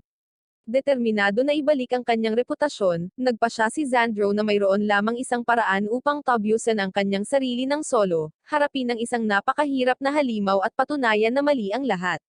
Walang pag-aalinlangan, pumasok siya sa isang piitan, hinahabol ang mga C-rank na halimaw. Alam niya na para sa isang normal na adventurer, ito ay magiging isang mahirap na hamon, ngunit tiwala siyang kakayanin niya ito. Gayunpaman, habang siya ay naggalugad, may bumulaga sa kanya, at sa kanyang gulat, inilagay niya ang kanyang kamay sa isang pader malapit sa dead end. Sa susunod na sandali, siya ay diretsyong inilipat sa nakatagong piitan. Habang pinagmamasdan niya ang kanyang paligid, napagtanto ni Xandro na ang lugar na ito ay maaaring tahanan ng mga hindi kapani-paniwalang malalakas na halimaw, tulad ng mga hellhounds na iyon. Ngunit sa halip na magpanik, nakakita siya ng pagkakataon. Kung kaya niyang talunin ang ilang malalakas na halimaw dito, mapapatunayan niya ang kanyang halaga minsan at para sa lahat. Sa pag-iisip na iyon, siya ay pumihit pasulong, ngunit agad na nahulog sa isang bitag. Habang siya ay bumagsak, akala niya ay tapos na ang kanyang buhay, ngunit sa halip na masawi, natagpuan niya ang kanyang sarili na nakateleport ng ligtas sa labas ng bitag. Doon ay nakarating sa kanya ang boses ni Tina, na ipinaalam sa kanya na sa piitan na ito, ang kasawian ay hindi isang opsyon, at maaari niya itong hamanin ng maraming beses hanggat gusto niya. Pagkatapos ay paulit-ulit na pumasok si Xandro sa piitan matapos malaman na hindi siya maaaring masawi sa loob, ngunit sa bawat pagkakataon, siya ay nagte-teleport sa tuwing siya ay nasa bingit ng kasawian. Matapos mabaigo ng maraming beses, natagpuan niya ang kanyang sarili sa loob muli, determinadong sumulong. Habang tinatahak niya ang mapanlinlang na landas, bigla niyang nakita ang isang higanteng buwaya na nakaabang sa unahan. Walang pag-aalinlangan, binunot niya ang kanyang espada para lumaban, ngunit bago pa siya makapag-react, sinugod siya ng halimaw, na agad na nasugatan ang kanyang kamay. Umalangaw ang boses ni Tina sa piitan, na nag-aalok na i-teleport siya palabas kung gusto niyang sumuko. Gayunpaman, matigas na tumanggi si Xandro habang nagpupumilit na makipagsabayan. Lumapit ang buwaya, naghahanda para sa isang pangwakas na atake, ngunit bago pa ito matamaan, nagpakita ang isang figure at agad na pinaslang ang halimaw. Si Xandro, nagulat pa rin, ay nagpasalamat sa kanyang hindi kilalang tagapagligtas, sa pag-aakalang ito ay isang taong makapangyarihan, hanggang sa tumangala siya at napagtantong si Ayon iyon. Nawala ang kanyang pasasalamat, napalitan ng kagyat na pagkadismaya. Naiinis, hiniling ni Xandro na malaman kung ano ang ginagawa ni Ayon sa piitan, kung saan sinagot ni Ayon na nandoon siya upang sakupin ito. Pagkatapos ay mabilis niyang tinaya ang kakayahan ng buwaya, at hindi makapaniwala si Xandro sa kanyang mga mata. Ang isang tinatawag na trash picker tulad ni Ayon ay naka-one-shot lang ng isang S-rank na halimaw. Pinakiusapan ni Ayon si Tina na i-teleport si Xandro palabas, ayaw niyang mag-aksaya pa ng oras. Sumang-ayon si Tina, ngunit bago siya pinaalis, ginamit ni Ayon ang mga patak ng World Tree upang gamutin ang kanyang mga sugat. Sinubukan ni Xandro na magprotesta, ngunit bago pa man siya makapagsalita ay pinatulog siya ni Ayon. Ilang sandali pa, siya ay pina-teleport sa labas, napahiya na naman. Pagkatapos, tumayo si Ayon sa harap ng silid ng boss, handa para sa huling hamon. Pagkatapos ay tinawag siya ni Tina, na kinikilala na naabot niya ito ng walang kahirap-hirap ngunit nagbabala na hindi niya ito aabutan maliban kung matalo niya ang boss. Inakala ni Ayon na magsasara ang piitan pagkatapos itong matalo, ngunit itinuwid siya ni Ursula, na nagsasabing hanggat nananatiling buo ang core ng piitan, hindi ito mawawala. Nang maunawaan ito, pumasok si Ayon. Ang silid ng boss ay hindi katulad ng anumang inaasahan niya, ito ay isa pang masukal na gubat, ganap na walang anumang nakikitang mga kaaway. Sa sandaling iyon, nagsimulang yumanig ang lupa, na napilitang lumipad sa ere si Ayon, hinahanap ang boss. Mabilis na ipinaalam sa kanya ni Ursula na ang lupa mismo ang boss, at ilang sandali pa, isang higanteng pagong ang nagpakita mula sa ilalim. Napatitig si Ayon sa napakalaking sukat nito, iniisip na ito ay napakalaki. Agad siyang umatake gamit ang fireballs, pero walang nangyari. Naramdaman ni Ursula ang isang nostalhack na mana sa lugar ngunit sinabihan si Ayon na tumutok sa labanan. Pagkatapos ay gumanti ang pagong, naglulunsad ng napakalaking water ball sa kanya. Pinipigilan ito ni Ayon, ngunit wala itong epekto. Naiinis, inisip niya kung paano matatalo ang bagay na ito. Pagkatapos ay napansin niya na ang kanyang mga pag-atake ay tumatama sa lupa sa halip na sa pagong mismo, at isang bagay ang nag-click sa kanyang isip. Bumagsak si Ayon sa lupa, hindi pinansin ang apurahang babala ni Ursula na lumipad pabalik or may panganib na madurage. Pagkatapos ay tinapakan siya ng pagong, ngunit nanatili siyang hindi nasaktan.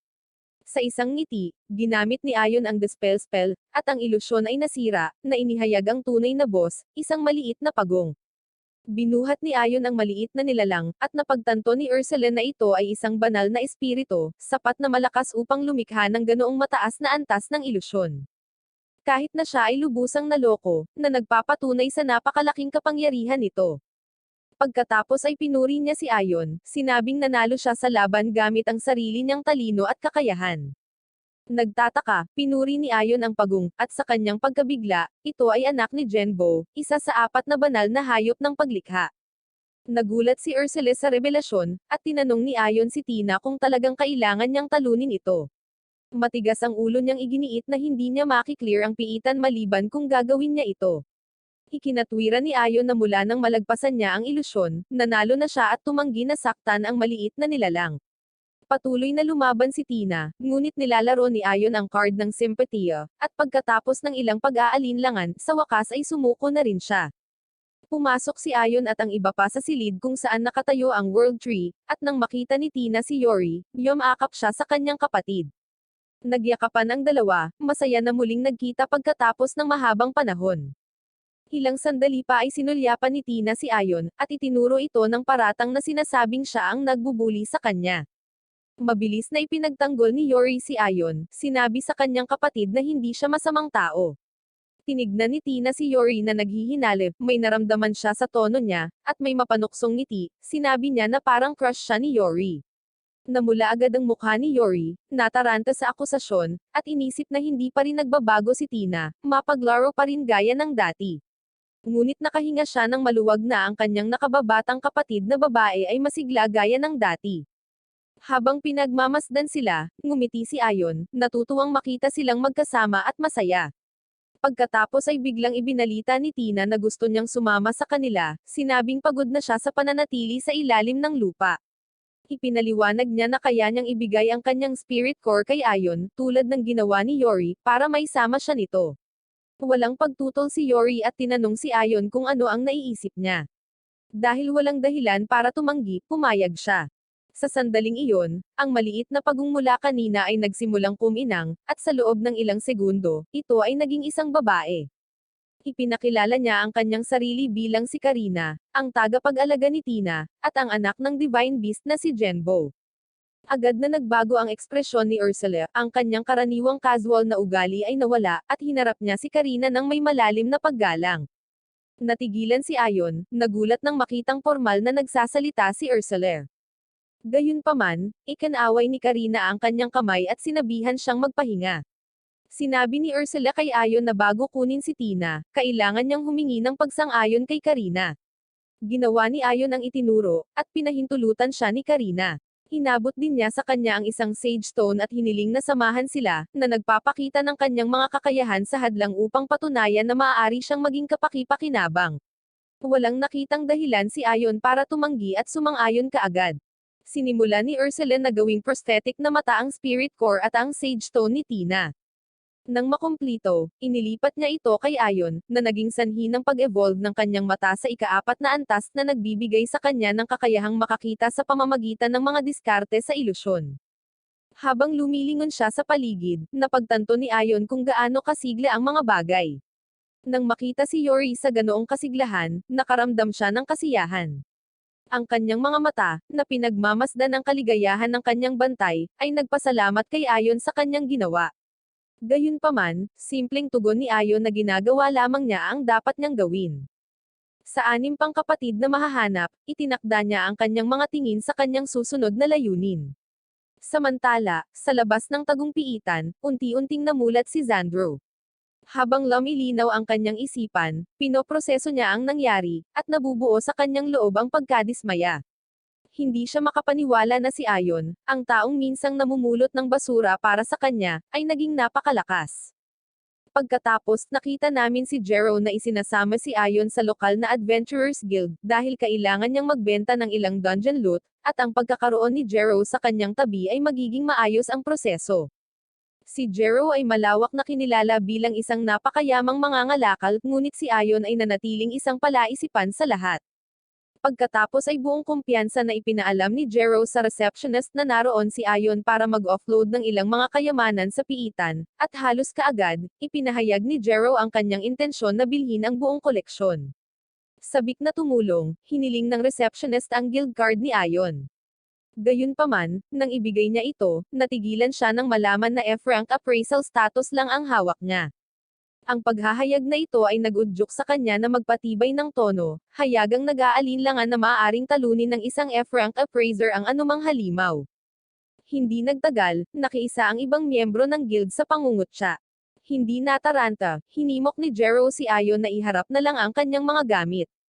Pagkatapos ay binuksan ni Ayon ang kanyang imbakan, na inilabas ang isang tunay na bundok ng mga bahagi ng halimaw na S-rank. Sa kabila ng maliwanag na kalidad at dami ng loot, agad na ipinalagay ng mga nagtitipon na adventurer na malamang na inagaw ni Ayon ang lahat mula sa ibang tao. Pagkatapos ng lahat, hindi nila naisip na maaari niyang personal na talunin ang napakaraming malalakas na kalaban. Ang attitude na ito ang eksaktong dahilan kung bakit palaging iniiwasan ni Ayon na pumunta sa guild. Siya ay patuloy na kinukutya para sa kanyang mababang F-rank appraisal status. Ngunit hindi lahat ay mapangkutya, dahil ang guildmaster, si Mashina, ay lumabas mula sa kanyang opisina at matalas na siniraan ang mga adventurer sa panunuya sa isang taong halos hindi nila kilala base lamang sa kanyang klase. Determinado na ayusin ang mga bagay-bagay, iniskan ng receptionist ang mga item gamit ang appraisal device, at sa kanyang pagkamangha, ang bawat piraso ay nakumpirmang tunay. Pinatibay pa ni Jero ang reputasyon ni Ayon sa pamamagitan ng pagsasabi na personal niyang mapapatunayan ang husay ni Ayon sa pagpapabagsak sa mga halimaw na iyon. Nang mapagtanto ang laki ng kanyang pagkakamali, same time na humingi ng tawad ang receptionist. Humingi rin ng paumanhin si Mashina sa ngalan ng guild, nangako na bibigyan niya ng mahigpit na pakikipag-usap ang receptionist mamaya. Sa kabila ng hindi nababagong katotohanan na ang klase ng isang tao ay paunang natukoy sa kapanganakan, si Mashina ay nakahanap ng pag-asa sa mga individual na tulad ni Ayon, na tumangging limitahan ng gayong mga hadlang. Si Ayon naman ay nagpapasalamat na nakatagpo ng isang taong hinuhusgahan siya ayon sa kanyang kakayahan kaysa sa kanyang ranggo. Talagang natutuwa si Mashina kay Ayon, kaya natitiyak niyang malapit na silang mag-cruise muli ang landas. Sa ngayon, gayunpaman, mayroon siyang mabigat na trabaho na dapat asikasuhin, na iniwan si Ayon upang tapusin ang kanyang negosyo. Pagkatapos ay hiniling ng receptionist na maghintay si Ayon sa lounge habang pinoproseso niya ang kanyang mga gamit, ngunit lingid sa kanyang kaalaman, mayroon pang isang bundok ng loot na ibebenta si Ayon, na nag-iisang clean ear ang isang buong lihim na piitan. Sa sandaling kumalat ang balita na ginawa ito ni Ayon, lahat ng mga nanlilibak sa kanya ay nagsimulang sumigaw para sa mga detalye. Dahil sa biglaang atensyon na ito, nagpa siya si Ayon na umalis. Maya-maya pa, nagtungo si Ayon sa paligan para makapagpahinga sa lahat ng stress. Habang siya ay payapang nagbababad, si Yori ay hindi inaasahang sumulpat sa kanyang tabi. Ilang sandali ang naproseso niya bago niya napagtanto na kasama niya siya, at nang tumama ang realization, tuluyan na siyang nabigla, nagpanik sa gulat. Hindi maintindihan ni Yori ang kanyang biglaang distansya, dahil kadalasan ay hindi sila mapaghihiwalay. Maya-maya, dumating si Tina at nagsimulang mang-asar na sinasabing nadaig si Ayon ng pagnanais ng makita ang walang damit na anyo ni Yori. Bagamat mariin itong itinanggi ni Ayon, karaniwan ay wala sa paligan ng mga lalaki sina Yori at Tina. Pinaalalahanan siya ni Tina na bilang mga espiritu, sila ay hindi kasama sa gayong mga kaugalian ng tao. Pagkatapos ay tinukso pa siya nito, nagtatanong kung nahihiya ba siya dahil may ilang kaisipan siya tungkol kay Yori. Determinado na patunayan ang kanyang kawalang kasalanan, pinanatili ni Ayon ang steady eye contact kay Yori hanggang sa hindi sinasadyang bumaba ang tingin nito sa kanyang asset na naging blanko sa kanyang isip. Sa mismong sandaling iyon, nagpakita si Ursula, halatang hindi nasisiyahan sa namamalagi na titig ni Ayon sa katawan ni Yori. Binalaan niya ito, na nagbabanta na paaalisin siya gamit ang kanyang pinakamakapangyarihang salamangka kung maglalakas loob siyang lapitan si Yori. Si Yori, na sinusubukang pakalmayan ang sitwasyon, ay nakiusap kay Ursula na huminto, iginiit na si Ayon ay walang ginawang masama.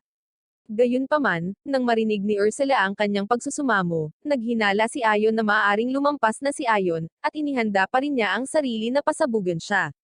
Naramdaman ng napipintong panganib, apurahang hinimok ni Yori si Ayon na tumakas, habang si Tina ay hindi maiwasang panoorin ang buong palabas na may pilyong ngiti. Nang tuluyang hamupa ang kaguluhan, lumabas si Ayon mula sa paligan at umupo sa isang mesa, umaasa na maiwasan ang anumang karagdagang pagtatangka ni Ursula na tapusin siya. Nandoon na si Karina, kalmado at composed, kaya maayos silang nag-uusap. Binanggit niya kung gaano kasigla ang lahat, higit sa lahat ay ipinagkakatiwala ito kay Tina, na mas masaya kaysa dati. Ipinaliwanag ni Karina na si Tina ay halos tulad ng isang anak na babae sa kanya, na nilikha ng Pine Spirit Core bilang isang tagapag-alaga, na kalaunan ay namumulaklak sa isang natatanging personalidad.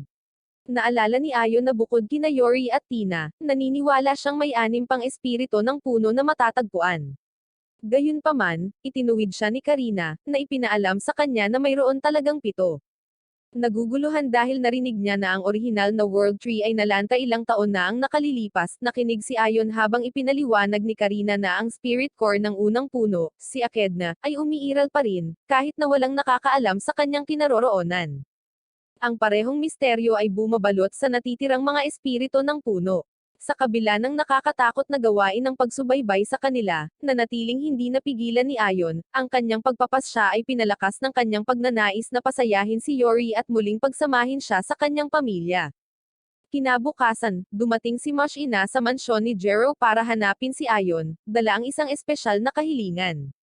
Nang tanungin ni Ayon kung bakit siya partikular na hinanap, dahil maaaring mapili ang sinumang miyembro ng guild, ipinaliwanag niya na ang misyon ay iniakma para sa kanya. Pagkatapos ay nagtanong siya kung mayroon itong anumang kaalaman tungkol sa Behemoth. Hindi pamilyar sa termino, nakinig si Ayon habang ipinaliwanag niya na ang Behemoth ay isa sa mga legendary dragon na orihinal na tinawag ng Demon Lord Mekarin. Matapos mabuklod si Mekarin, ang dragon ay umatras sa pagtatago.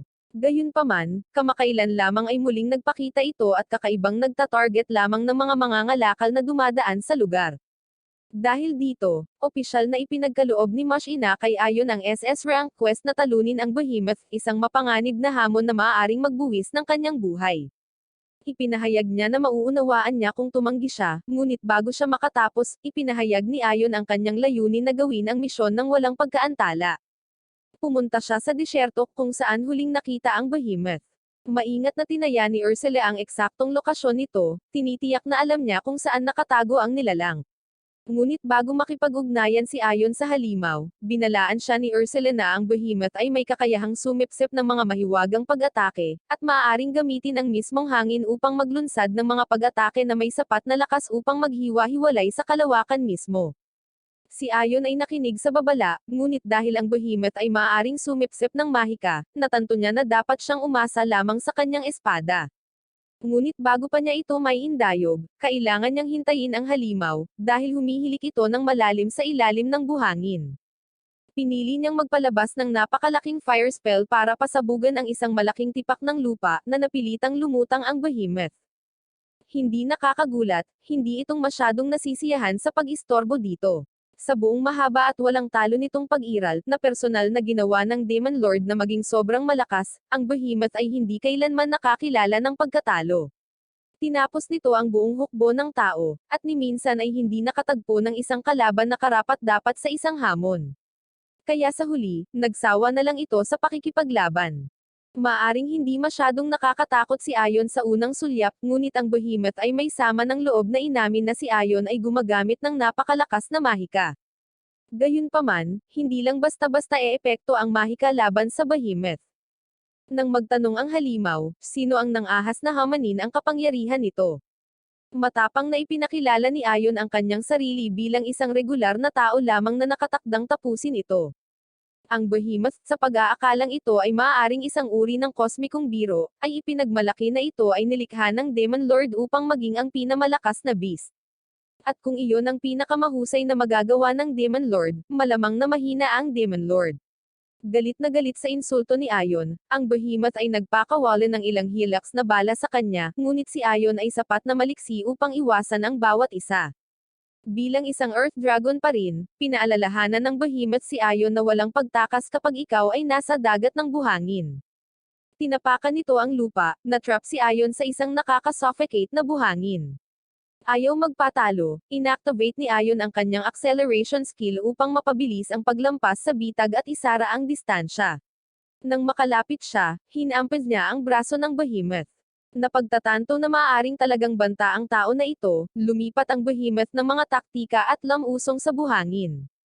Habang lumalangoy ang Behemoth na hindi nakikita sa ilalim ng ibabaw, natagpuan ni Ayon ang kanyang sarili na walang alam kung saan magmumule ang susunod na pag-atake at bumagsak ang kanyang bantay sa isang segundo. Sinamantala ang sandali, ang Behemoth ay sumugod paitaas mula sa ilalim niya at umabot pa hanggang sa lumunin si Ayon ng buo. Ang Behemoth pagkatapos ay tumawa ng buong puso, kumbinsido na lubos niyang napatunayan ang kanyang kataasan kaysa sa humahamon, si Ayon.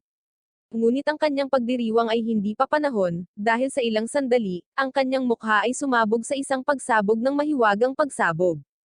Sa isang masilaw na estado, ang behemoth ay walang ideya kung paano maaaring mangyari ang gayong bagay. Habang humihina ang kanyang buhay, nakilala ng behemoth na labis niyang minamaliit ang kapangyarihan ni Ion. Nakakagulat na kalmado, tinanggap niya ang kanyang pagkatalo. Bago ang kanyang huling hininga, nagawa ng naghihingalong nilalang na tanungin si Ion kung paano niya nagawa ang isang napakagandang gawa. Ipinaliwanag ni Ion na naobserbahan niya ang magic engravings ng behemoth na nakaapekto lamang sa panlabas na layer ng katawan nito. Sinamantala ni Ion ang pagkakataong ito, nag-activate ng high-level spell si Ion habang siya ay nasa loob ng bukas na tiyan ng nilalang. Nang tanungin ng behemoth kung paano nakaiwas si Ion na mahuli sa mapangwasak na pagsabog, sumagot si Ion na nagtayo lang siya ng proteksyon na harang sa paligid upang maprotektahan laban sa pagsabog. Sa huling sandali na iyon, napagtanto ng behemoth kung paano siya nabulag ng kayabangan sa mga taon ng walang hirap na tagumpay. Kontento sa pagkakaroon ng isang worthy na kalaban, tinanggap niya ang kanyang kapalaran habang ang kanyang buhay ay nawala. Sa kabila ng pakiramdam ng isang bahid ng pagsisisi para sa Fallen Beast, alam na ito ay napaslang lamang sa utos ng Demon Lord. Naunawaan ni Ion na, sa huli, ang nilalang ay may pananagutan sa hindi mabilang na pagkasawi at hindi maaaring payagang mabuhay. Sa puntong iyon, hinimok siya ni Ursula na mabilis na suriin ang kanyang mga kasanayan, at hindi nagtagal, ang hiyawan ng pagbati ay bumangon sa kanyang paligid habang ipinagdiwang ng lahat ang kanyang tagumpay. Hindi nagtagal pagkatapos ng kanyang tagumpay, natanggap ni Ion ang kanyang patawag sa Royal Palace. Habang naghihintay siya, ang prinsesa mismo ang bumungad sa kanya. Humingi siya ng paumanhin sa hindi niya pagdalaw sa kanya ng mas madalas kahit na siya, sa katunayan, ay itinuturing na kanyang pangalawang asawa. Ipinaalala sa kanya ni Ion na hindi sila tunay na kasal, ngunit pinili niyang hindi pansinin ang sinabi nito at ipinaalam sa kanya na hiniling ng kanyang ama ang kanilang pagkikita. Maya-maya, dumating ang kanyang ama, ang hari. Bagamat ang kanyang nakakatakot na kilos sa una ay nagpatakot kay Ion, ginulat siya ng hari sa pamamagitan ng pagpapatibay ng isang nakaka-relax, palakaibigan na tono at tinitiyak sa kanya na ang mga formalidad ay hindi kailangan. Habang nakaupo, ang hari ay nagpahayag ng kanyang taos-pusong pasasalamat para sa pulong, na ipinaliwanag na matagal na niyang ninanais na makilala ng personal si Ion. Binanggit niya na ipinaalam sa kanya ni Mashina ang tagumpay ni Ion laban sa sinaunang dragon na behemoth, at bilang pinuno ng lupaing ito, tungkulin niyang bigyan ng wastong gantimpala ang gayong gawa. Gayunpaman, mahinhin na iginiit ni Ion na hindi siya nangangailangan ng gantimpala.